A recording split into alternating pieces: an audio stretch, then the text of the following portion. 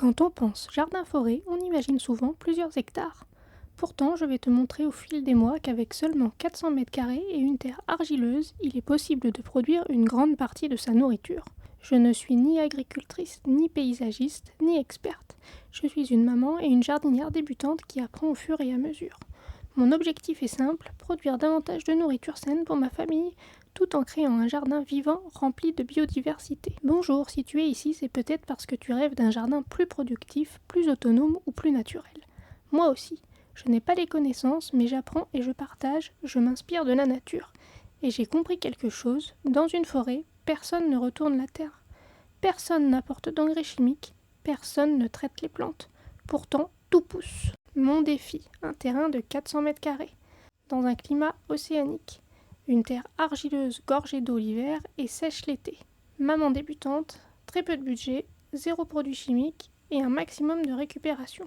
Mon objectif n'est pas l'autonomie totale. L'objectif est de produire le maximum de nourriture possible avec le minimum d'intrants. Et surtout de montrer ce qu'une personne ordinaire peut accomplir sur une petite surface. D'abord, nous allons commencer par casser les croyances.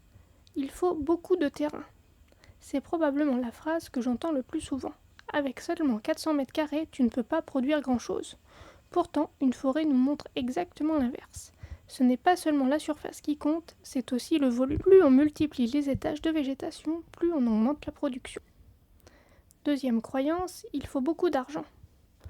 Une grande partie de ce que j'utilise est gratuite. Feuilles mortes, tontes, branchages, cartons, graines récupérées, boutures, échanges avec d'autres personnes, j'essaie au maximum de faire avec ce que j'ai déjà. Troisième croyance, il faut être expert. Celle-là, je peux te répondre facilement, parce que je ne suis pas experte. Je suis simplement une maman qui apprend en jardinant. J'expérimente, je me trompe, je recommence. Et c'est justement ce que je veux montrer sur cette chaîne. Tu n'as pas besoin d'attendre d'avoir toutes les connaissances pour commencer. Dans mon jardin, il y a 4 niveaux principaux. Le niveau des arbres, pommiers, poiriers, pêchers, figuiers. Ils produisent des fruits, mais aussi de l'ombre, de la biomasse, et créent le futur du jardin. Les arbustes, cassissiers, groseilliers, framboisiers, beaucoup de production sur très peu de surface. Les vivaces, la ciboulette, l'oseille, la consoude, les fraisiers, on les plante une fois et elles reviennent chaque année. Et enfin, 4e niveau, les annuels, tomates, courgettes, haricots, salades, elles complètent les récoltes du quotidien. Voici mes 4 niveaux, mais on peut aussi les classer en strates.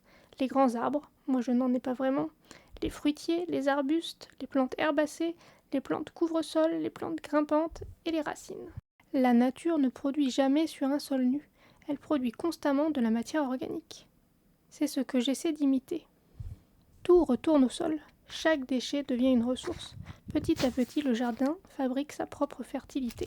Tout cela ne se fait pas en un claquement de doigts, il va falloir laisser du temps aux arbres, aux arbustes, aux vivaces de s'installer, du temps pour nourrir le sol et qu'ils redeviennent vivants, ce qui devrait provoquer des changements dans les années à venir, plus de biodiversité, oiseaux, pollinisateurs, hérissons, insectes auxiliaires, normalement moins d'arrosage, un sol couvert conserve beaucoup mieux l'humidité, mais moins sûr avec les canicules successives, il faudra peut-être planter des plantes plus résistantes à la sécheresse, récupérer les graines pour en faire des variétés adaptées à mon environnement.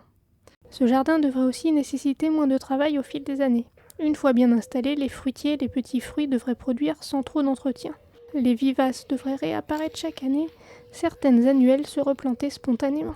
Et enfin, plus de récoltes. Chaque année, le système devient un peu plus équilibré et plus productif. Attention, je ne vais pas te vendre du rêve. J'ai des limaces, j'ai des ravageurs, je fais des erreurs, j'ai des récoltes ratées, mais chaque erreur est une leçon. Si je partage cette aventure, ce n'est pas parce que j'ai trouvé une méthode miracle, c'est parce que je suis convaincue qu'il existe une autre façon de produire une partie de notre alimentation. Une façon plus simple et surtout adaptée aux personnes qui, comme moi, ne disposent pas d'hectares de terrain. Maintenant, j'ai une question pour toi. Si tu disposais de 400 mètres carrés comme moi, qu'est-ce que tu ferais en premier ? Dis-moi aussi la taille de ton terrain. J'aimerais savoir si vous êtes nombreux à jardiner sur de petites surfaces. Et si toi aussi tu veux voir jusqu'où il est possible d'aller avec un jardin de 400 mètres carrés, abonne-toi. Sur cette chaîne, je partage mes réussites, mes erreurs, mes expérimentations et l'évolution réelle de ce jardin saison après saison. Je ne recherche pas à avoir le plus grand jardin, je cherche à créer le jardin le plus vivant et le plus nourricier possible pour ma famille. Et peut-être qu'ensemble, nous pouvons prouver qu'il n'est pas nécessaire d'avoir 1 hectare pour produire beaucoup. À bientôt!